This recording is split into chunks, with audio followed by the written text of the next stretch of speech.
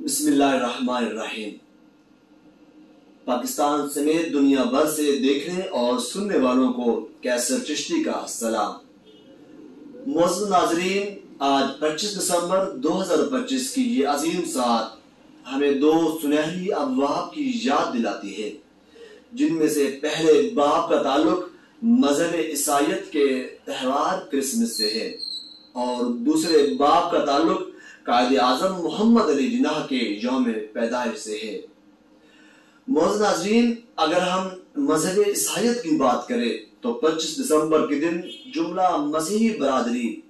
اپنا مذہبی تہوار بانوان کرسمس نہایت عقیدت و احترام کے ساتھ مناتی ہے۔ ہم بالخصوص اہل کتاب اور بحیثیت انسانیت ہونے کے ناطے جملہ مسیحی برادری کو صمیم قلب سے مبارکباد پیش کرتے ہیں، جبکہ دوسری جانب 25 دسمبر کے دن ایک ایسے مرد اہم کی پیدائش ہوئی کہ جس کے دور میں ہم ایک قوم تھے، ہمارے دل ایک مقصد کے لیے دھڑکتے تھے۔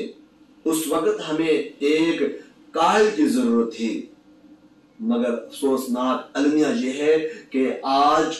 ہم سب قائد ہیں، مگر شاید ہمیں ایک قوم کی ضرورت ہے۔ جی ہاں، میری مراد قائد اعظم محمد علی جناح ہی وہ واحد شخصیت تھے کہ جنہوں نے بکھری ہوئی انسانیت کو باہم اتحاد و یگانگت کے ساتھ ایک لڑی میں پرو کر ایک قوم بنا دیا۔ مگر آج المیہ یہ ہے کہ ہمارے سیاسی و مذہبی طبقات سمیت معاشرے کا ہر طبقہ 4 گز کی مسجد اور تحریک بنا کر خود کو قائد سمجھتا ہے، مگر کسی کے اندر قوم بننے کا شعور بھی نہیں ہے، اس لیے کہ فرقہ بندی ہے کہیں اور کہیں ذاتیں ہیں۔ کیا زمانے میں پنپنے کی یہی باتیں ہیں؟ معزز ناظرین، قائد اعظم کا یوم پیدائش ہمیں یہ پیغام دیتا ہے کہ قومیں فقط قیادت سے نہیں بنتی، بلکہ بلا تفریق مذہبی ہم آہنگی و رواداری اور سیاسی و مذہبی تفرقات سے وارتن ہو کر باہم اتحاد و یگانگت کے ساتھ وجود میں آتی ہے، کیونکہ قائد اعظم نے قوم سے آخری خطاب میں ایک تاریخی شعر پڑھا تھا کہ میں اکیلا ہی چلا تھا جانب منزل مگر، میں اکیلا ہی چلا تھا جانب منزل مگر، لوگ ساتھ ملتے گئے اور کارواں بنتا گیا۔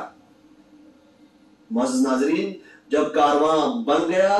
تو میر کارواں کے اوصاف بیان کرتے ہوئے حضرت اقبال کہنے لگے کہ نگاہ بلند سخن دل نواز جاں پرسوز، یہی ہے رخت سفر میر کارواں کے لیے، یہی ہے رخت سفر میر کارواں کے لیے۔ آپ کی سماعتوں کا بہت شکریہ، والسلام۔